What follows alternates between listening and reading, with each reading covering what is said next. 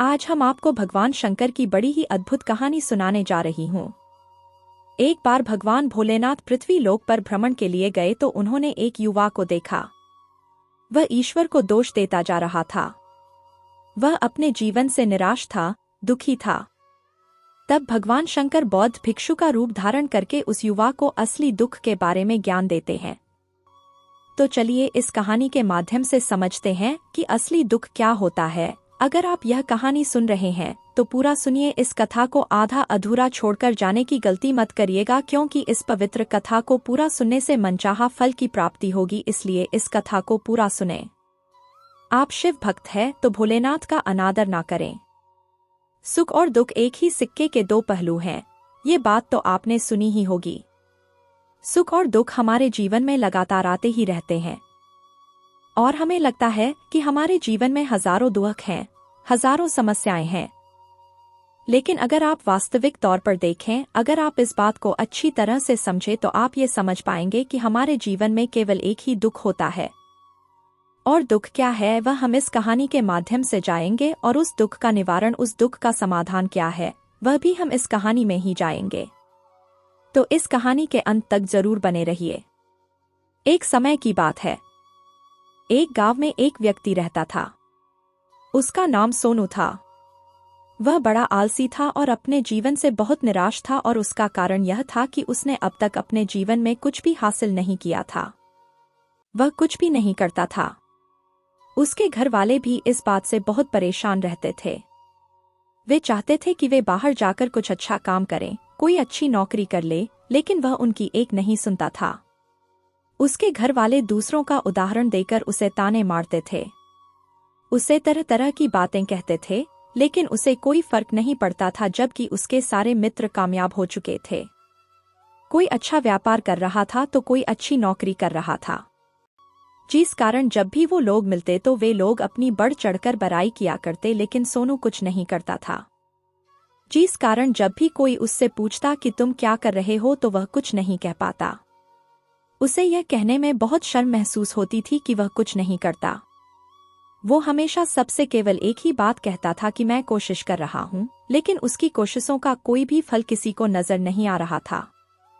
देखते ही देखते अब ऐसा समय आ चुका था कि सोनू सभी से मुंह छिपाता फिरता ताकि कोई उसे यह ना पूछ ले कि तुम क्या करते हो, जिस कारण वो कभी किसी के सामने भी नहीं आता था। धीरे धीरे उसका मन दुखी होने लगा था, बहुत निराश रहने लगा था। उसे अब ऐसा प्रतीत होता था मानो वह इस धरती पर बोझ है, जिस कारण वो अपने आप को बहुत अकेला महसूस करता, बहुत तन्हा महसूस करता। एक दिन तो उसके मन में ये भी विचार उत्पन्न होने लगे कि मेरे हाथों में कुछ नहीं है तो मैं क्या कर सकता हूँ। अकेले बैठकर वह रोता रहा और भगवान को दोष देता रहा। एक दिन छुपता छुपाता वह घर से निकलकर कहीं जा रहा था, तभी उसने रास्ते में देखा कि एक बौद्ध भिक्षु लोगों को प्रवचन दे रहे हैं और प्रवचन में वह दुख की बातें कर रहे हैं। सोनू कुछ देर के लिए अपना मुंह छुपाकर खड़ा हो गया ताकि उसे कोई देख ना ले, और चुपचाप वह उन भिक्षु की बातें सुन रहा था। बौद्ध भिक्षु सभी को प्रवचन में कह रहे थे कि दुख हमारा सबसे बड़ा साथी है। हमें दुख अपने जीवन के बारे में समझाता है और हमें सही जीने का तरीका बताता है। ये हमारे गुरु की तरह है जिससे हमें सीखना चाहिए। आप चाहे तो अपने जीवन में अपने दुखों को अपना गुरु बना सकते हैं और उससे सीख सकते हैं, या फिर आप चाहे तो अपने दुखों पर बैठकर रो सकते हैं, लेकिन इससे आपको कोई लाभ नहीं मिलेगा, बल्कि आप दिन ब दिन और कमजोर होते जाएंगे, निराश होते जाएंगे। सोनू छुप छुप कर उन बौद्ध भिक्षु की ये सारी बातें सुन रहा था। जैसे ही उपदेश खत्म हुआ वह उन बौद्ध भिक्षु के पास पहुंचा।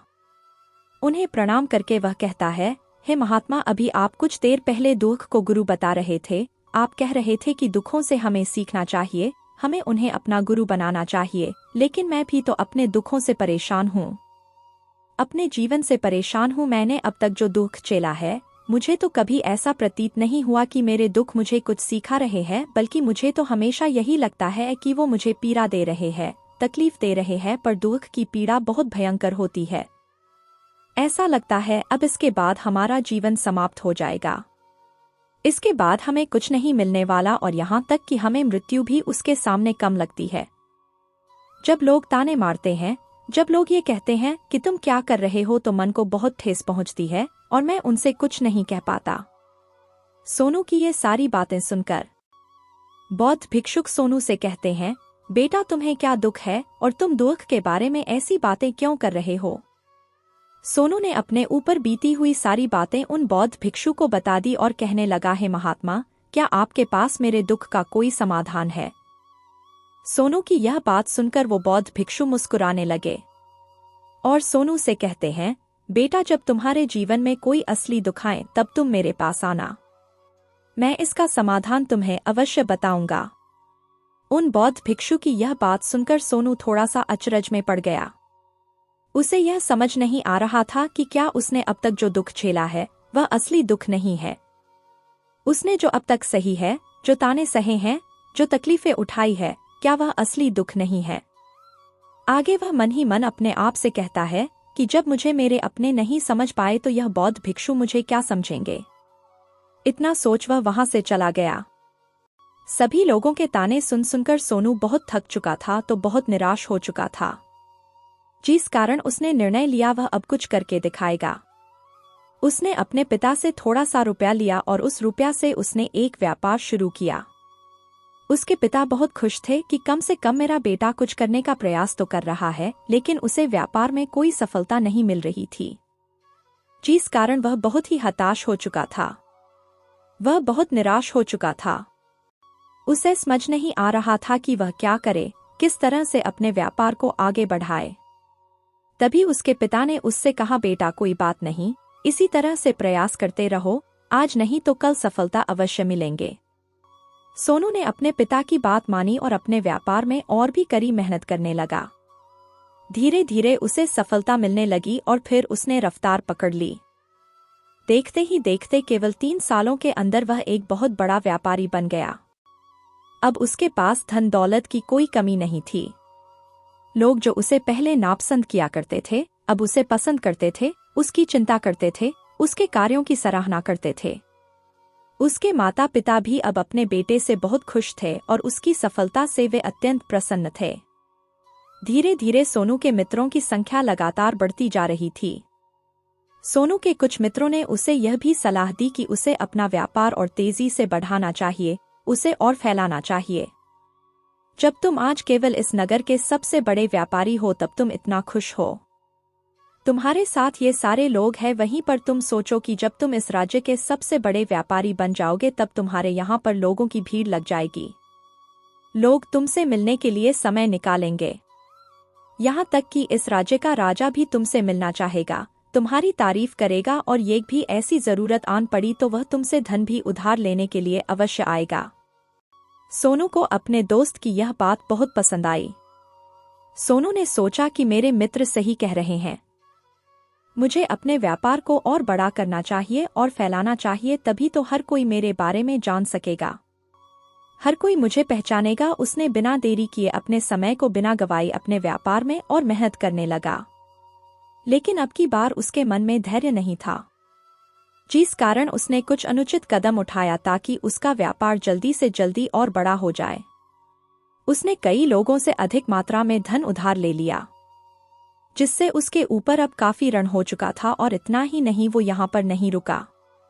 उसने अधिक से अधिक मुनाफा कमाने के चक्कर में अपने माल की गुणवत्ता को भी खराब कर दिया, जिससे अब उसके माल में वह बात नहीं रह गई थी जो पहले हुआ करती थी। लेकिन वह अपने मित्रों की बात सुनता रहा। जैसा उसके मित्र कहते थे वह वैसा ही करता चला जा रहा था। यहाँ तक कि उसने अपने व्यापार को और भी तीव्रता से बढ़ाने के लिए अपने दूसरे छोटे व्यापारियों के खिलाफ षड्यंत्र भी रचने शुरू कर दिए, जिस कारण उसके मन में अब पहले जैसा वह सुकून नहीं था। उसे अब रातों को नींद नहीं आती थी। वह केवल एक ही विचार में लगा रहता था कि किस तरह से उसका व्यापार पूरे राज्य में फैल जाएगा और वह इस राज्य का सबसे बड़ा व्यापारी बन जाएगा, जिस कारण वह दिन रात केवल इसी मेहनत में लगा रहता, वह किसका व्यापार जल्दी से जल्दी और बड़ा हो जाए। हालांकि उसके पास अब सब कुछ था, धन दौलत, अच्छा घर, गाड़ियां, नौकर जाकर सभी सुख सुविधाएं, लेकिन उसके बावजूद भी वह उन चीजों का लाभ नहीं उठा पा रहा था, क्योंकि उसका पूरा ध्यान केवल अपने व्यापार को और उन्नति पर ले जाना था। एक दिन सोनू अपने रथ पर बैठकर एक मार्ग से होकर गुजर रहा था, तभी रास्ते में उन्हें गुरुवार का आश्रम पड़ा।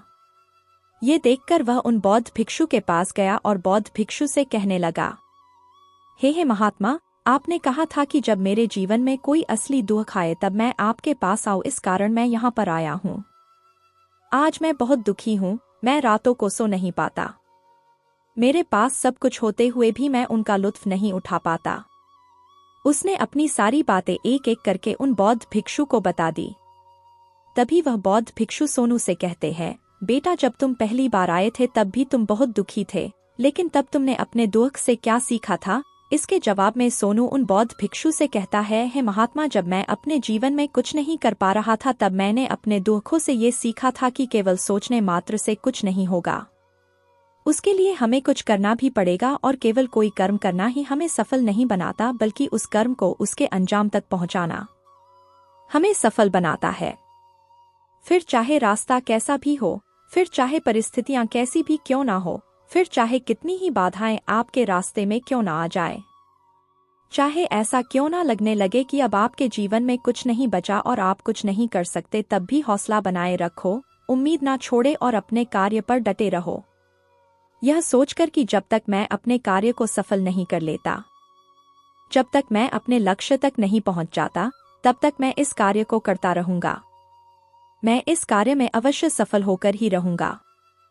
जबकि बाकी लोग केवल सफल लोगों को महत्व देते हैं, उनके कर्मों को नहीं। सोनू की ये सारी बातें सुनकर वह बौद्ध भिक्षु मुस्कुराने लगे और इस सोनू से कहते हैं, बेटा, जब तुम्हारे जीवन में असली दुख आए तब तुम मेरे पास आना, मैं तुम्हारी समस्या का समाधान अवश्य करूंगा। इतना कहकर वह बौद्ध भिक्षु वहां से उठकर चले गए। सोनू एक बार फिर से उनकी ये बातें सुनकर आश्चर्यचकित रह गया। उसे अब ये समझ नहीं आ रहा था कि क्या उसने जो दुख देखा है, उससे जो तकलीफें अब तक सही है, क्या वह असली दुख नहीं है? उसके मन में अब एक सवाल उत्पन्न होने लगा कि असली दुख क्या है और इसकी पहचान क्या है, और मुझे कैसे पता चलेगा कि इस समय में असली दुख मैं हूं। लेकिन उसने कुछ नहीं कहा। पर यह सब सोच ही रहा था कि तभी वह बौद्ध भिक्षु सोनू के पास एक बड़ा सा घड़ा लेकर पहुंच जाते हैं। कनौइस उस घड़े के अंदर सोने के सिक्के थे। उस घड़े को देते हुए वह बौद्ध भिक्षु सोनू से कहते हैं, बेटा, तुम इसे उस पैर के नीचे दबा दो, क्योंकि ये मेरे किसी काम का नहीं है। जब मुझे इसकी जरूरत पड़ेगी तब मैं वहां से खोद कर इसे निकालूंगा, लेकिन अभी के लिए इसे वहां पर मिट्टी के नीचे दबा दो। सोनू ने उस बौद्ध भिक्षु की बात मान ली और वो घड़ा उस पैर के नीचे जाकर मिट्टी में दबा दिया। इतना करके वह गुरुवार को प्रणाम करता है और वहां से वापस अपने घर की ओर लौट जाता है। धीरे धीरे समय बीतता गया। समय के साथ साथ सोनू व्यापार में और भी ज्यादा उन्नति कर चुका था, लेकिन माल की गुणवत्ता अच्छी ना होने के कारण अब उसके व्यापार में घाटा होने लगा और धीरे धीरे ऐसा समय आया कि उसका व्यापार पूरी तरह से चौपट हो गया। अब उसके पास कुछ नहीं बचा था, बल्कि उसने जो कर्जे लिए थे वो कर्जे भी अब उसे चुकाने थे। लेकिन वह तो यह सोचकर निश्चिंत था कि उसने जो कुछ भी कर्जे लिए हैं वो कर्जे उसने अपने मित्रों से लिए हैं, जिस कारण वह उन्हें लौट आने में थोड़ी देर अवश्य कर सकता है। वह तो सोच रहा था कि उसके मित्र उसका बुरे समय पर साथ देंगे, लेकिन सबसे पहले उसके मित्र ही उसे अपना कर्ज वापस लौटाने की मांग करने लगे। तब सोनू को एहसास हुआ कि कोई भी अपना नहीं है। उसने अपने मित्रों से उस कर्ज को लौटाने के लिए थोड़ी सी मोहलत मांगी, लेकिन सोनू के किसी भी मित्र ने उसे कर्ज लौटाने के लिए वह मोहलत नहीं दी, बल्कि वे लोग उसे जान से मारने की धमकी देने लगे। अपने मित्रों के मुंह से यह सब सुनकर सोनू बहुत ही आश्चर्यचकित रह गया। वह जो कुछ सोच रहा था सब कुछ उल्टा पड़ गया। जिस व्यापार के चलते उसके इतने मित्र बने थे, इतने शुभ चिंतक बने थे, वे सब उससे दूर जाने लगे थे। हर कोई उससे पीछा छुड़ाना चाहता था, कोई भी उसका साथ नहीं देना चाहता था। धीरे धीरे उसकी सारी संपत्ति नीलाम हो गई। अब उसके पास कुछ नहीं बचा था। वह सड़क पर आ चुका था। उसने हार मानकर अपने माता पिता से कहा, पिताजी, मेरी मदद कीजिए, मेरे ऊपर बहुत ऋण है, मुझे उसे लौट आना है, कृपा करके मुझे थोड़ा सा धन दे दीजिए। इस पर सोनू के पिता ने सोनू से कहा, बेटा, मेरे पास तो ले देकर बस यही एक छोटा सा घर है, अगर ये अभी मैं तुम्हें दे दूं, यदि मैं इसे भी भेज दूं तो मैं और तुम्हारी माँ कहाँ रहेंगे? हमें भी दर दर की ठोकरें खानी पड़ेगी, हमें भी सड़कों पर भीख मांगनी पड़ेगी। ले देखकर, अब हमारे पास केवल यही संपत्ति बची है, इसलिए मैं तुमसे क्षमा मांगता हूँ। अपने माता पिता के मुख से यह सुनकर सोनू चुपचाप वहां से चला गया और मन ही मन में सोच रहा था कि अब मेरे पास कुछ नहीं बचा, जो था वह तो सब लूट गया, बर्बाद हो गया। अब मैं जीकर क्या करूँगा? अब मेरे पास केवल एक ही रास्ता है जिससे मैं अपने कर्जदारों से अपना पीछा छुड़ा सकता हूँ। यह सोचता हुआ वह एक ऊंची पहाड़ी की ओर पहुंचा। वह पहाड़ी पर चढ़ता ही जा रहा था कि तभी उसे याद आया कि उन बौद्ध भिक्षु ने कहा था कि जब तुम पर असली दुख आए तभी तुम मेरे पास आना, मैं तुम्हारी समस्या का समाधान अवश्य करूंगा। यह सोचकर सोनू के मन में एक बार फिर उम्मीद की वह लहर दौड़ पर ही सोनू तुरंत दौड़ता हुआ उन बौद्ध भिक्षु के पास पहुंचा और सोनू ने उन्हें प्रणाम करके अपने ऊपर बीती हुई हर एक बात उन्हें बता दी और कहने लगा, हे महात्मा, आपने कहा था जब मेरे ऊपर असली दुख आएगा तब आप उसका समाधान अवश्य करेंगे। तभी वह बौद्ध भिक्षु सोनू की इस बात को सुनकर मुस्कुराने लगे और कहते हैं, बेटा, कहा है असली दुख? जब तुम्हारे जीवन में असली दुख आएगा तो मैं उसका समाधान अवश्य करूंगा। उन बौद्ध भिक्षु के मुख से यह सुनकर सोनू के सब्र का बांध टूट गया और सोनू ने उन बौद्ध भिक्षुओं से कहा, महात्मा, आखिरी असली दुख क्या होता है? क्या मैंने आज तक जो भी दुख झेला है, जो भी तकलीफें आज तक मैंने सही है, क्या ये दुख नहीं है? क्या इसे दुख नहीं कहते? तभी वो बौद्ध भिक्षु सोनू से कहते हैं, बेटा, पहले तुम मुझे ये बताओ कि तुमने अपने दुख से क्या सीखा है। इसका जवाब देते हुए सोनू उन बौद्ध भिक्षु से कहता है, हे महात्मा, मैंने तो यही देखा है कि जो लोग तुम्हारी तरक्की में तुम्हारा पीछा करते हैं, तुम्हारे साथ जुड़ते हैं, वो लोग तुम्हें अवश्य धोखा देंगे, क्योंकि ऐसे लोग बुरे समय पर तुम्हारा साथ नहीं देने वाले बल्कि तुम्हारा फायदा उठाने का ही वह प्रयास करेंगे। इसलिए ऐसे लोगों पर भरोसा ना करें, बल्कि जो लोग तुम्हारी असफलता के समय पर, तुम्हारे बुरे समय पर तुम्हारे साथ खड़े हैं, वही तुम्हारे असली मित्र हैं और वही तुम्हारे साथ रहते हैं। और ऐसे लोग तुम्हें बहुत कम मिलते हैं और जिन्हें भी ऐसे लोग मिलते हैं उन्हें हमेशा उनके कद्र करनी चाहिए। आगे सोनू उन बौद्ध भिक्षु से कहता है कि जब तुम कोई कार्य कर रहे हो तो उसे पूरी ईमानदारी से करो, धैर्य रखो, लालच ना करो और अपने लक्ष्य तक पहुंचने के लिए किसी के लिए भी कोई षड्यंत्र ना रचो, क्योंकि ऐसा करने से तुम्हारे साथ ही बुरा होगा और तुम्हें हमेशा नुकसान में रहोगे। सोनू की ये सारी बातें सुनकर बौद्ध भिक्षु उस पैर के पास पहुंचे।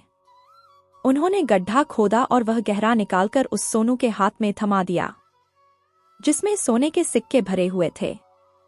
वह खरा सोनू के हाथ में थमाते हुए उन बौद्ध भिक्षुओं ने कहा, लो इसे पकड़ो और जब तुम्हारे जीवन में असली दुख आए तब तुम मेरे पास आना, मैं इसका समाधान अवश्य करूंगा।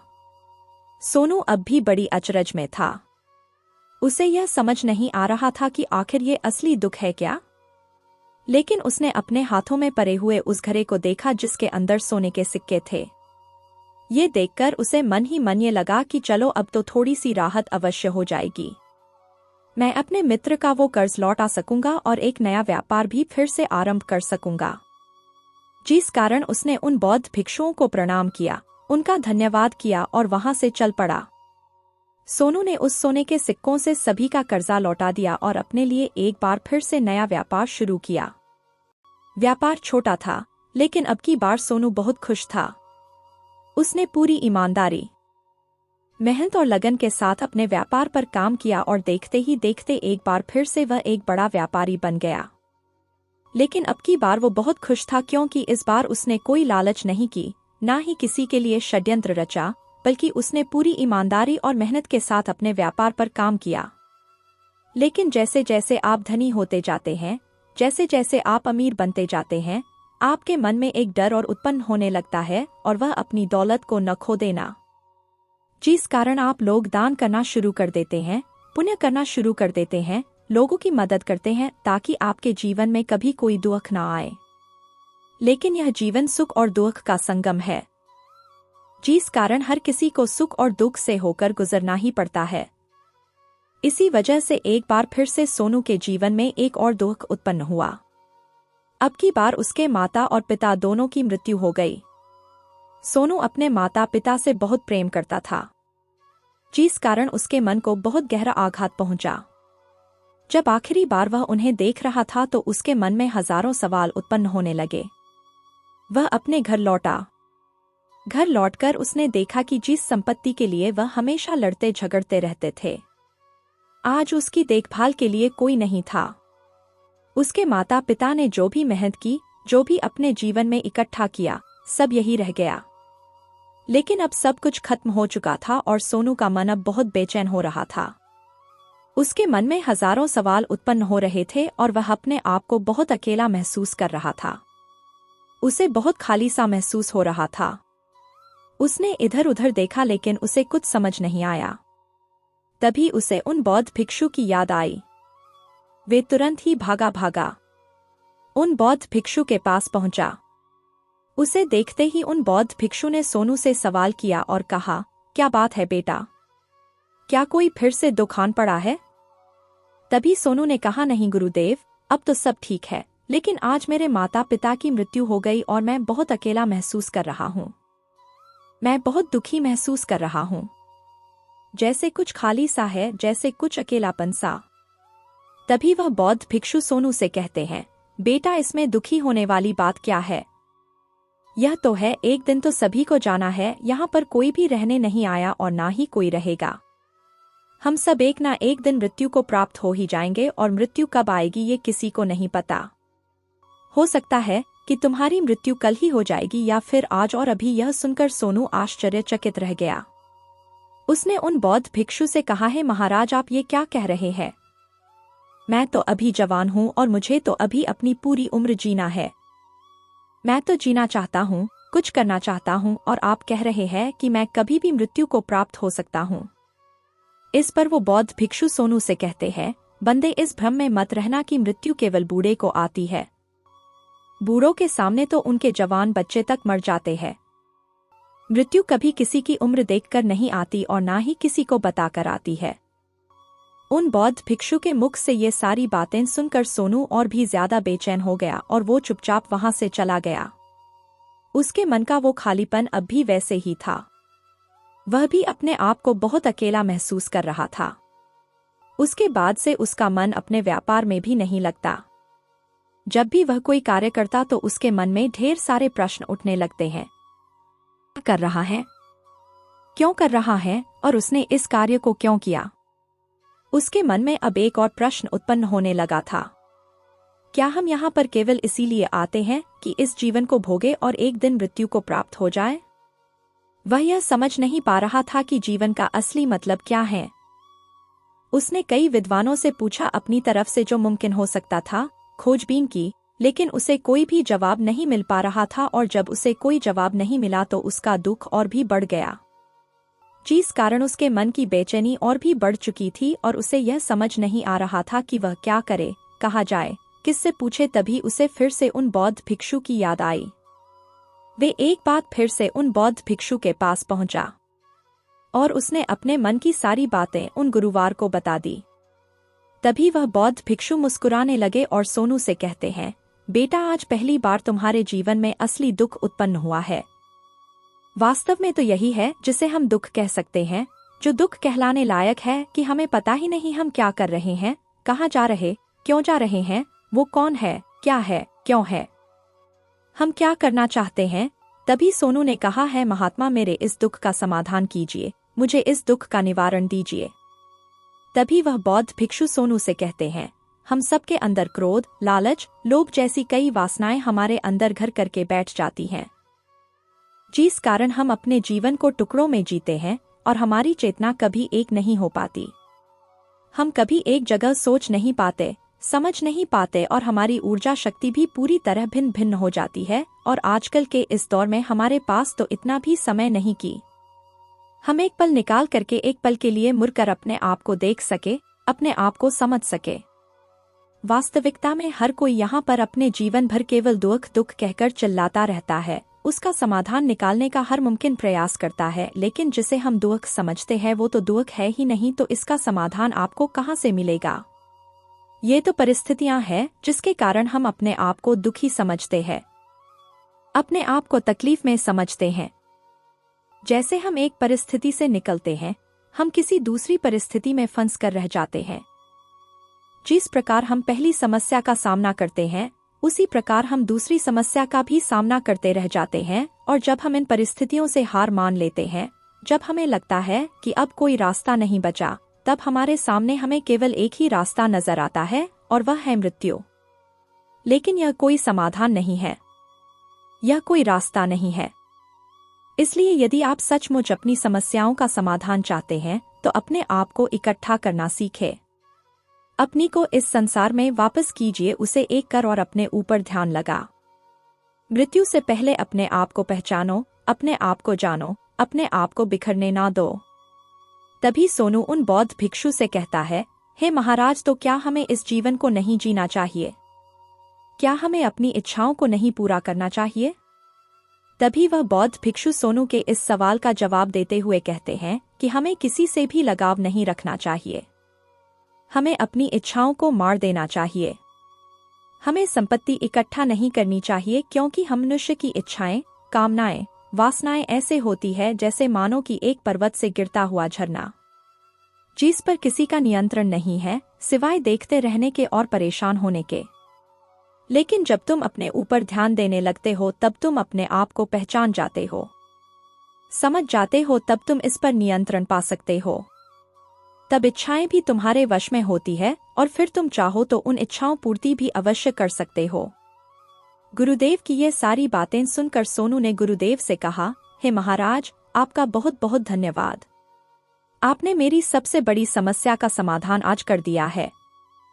मैं आज से अपने आप को एकत्रित करूंगा। गुरुदेव, मानव शरीर में बहुत ऊर्जा है, बहुत शक्ति है, पर वह बेकार के कामों में लग जाती है, जिस कारण हमारा जीवन भी बेकार की चीजों में लगा रहता है। लेकिन हम कभी भी इस पर अपना ध्यान नहीं देते, हम कभी भी अपनी ऊर्जा को केंद्रित नहीं करते, अपने ऊपर कभी ध्यान नहीं देते।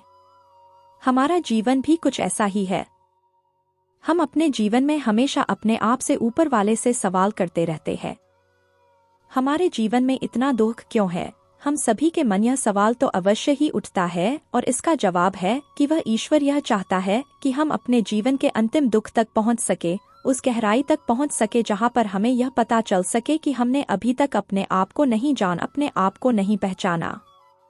मानव शरीर के अंदर जो ऊर्जा है, जो शक्ति है, उसके बारे में हम अभी तक नहीं जानते। हम अपने आप को चाहे तो एकत्रित कर सकते हैं, अपने आप पर नियंत्रण पा सकते हैं, लेकिन हम अपनी इस ऊर्जा का उपयोग करते रहते हैं, व्यर्थ की चीजों में लगा देते हैं, जिस कारण हम अपने आप को कभी नहीं पहचान पाते और ना ही कभी अपने आप पर नियंत्रण पा सकते हैं। लेकिन यदि आप अपने आप को जानना चाहते हैं, अपने आप को पहचानना चाहते हैं, तो पहले आपको खुद को एकत्रित करना होगा, अर्थात ध्यान लगाना होगा। ध्यान से ही आप अपने दुखों की उन समस्याओं का समाधान निकाल सकते हैं और आप अपने आप को पहचान सकते हैं, जान सकते हैं और अपने जीवन के हर दुखों का समाधान भी कर सकते हैं। इस वीडियो को बोलते समय कोई त्रुटि हो तो मैं क्षमा चाहती हूँ। उम्मीद है आप सभी को ये वीडियो अच्छी लगी होगी। अगर आप शिव के सच्चे भक्त हैं तो चैनल को सब्सक्राइब और वीडियो को लाइक करके कमेंट में हर हर महादेव लिख दीजिए।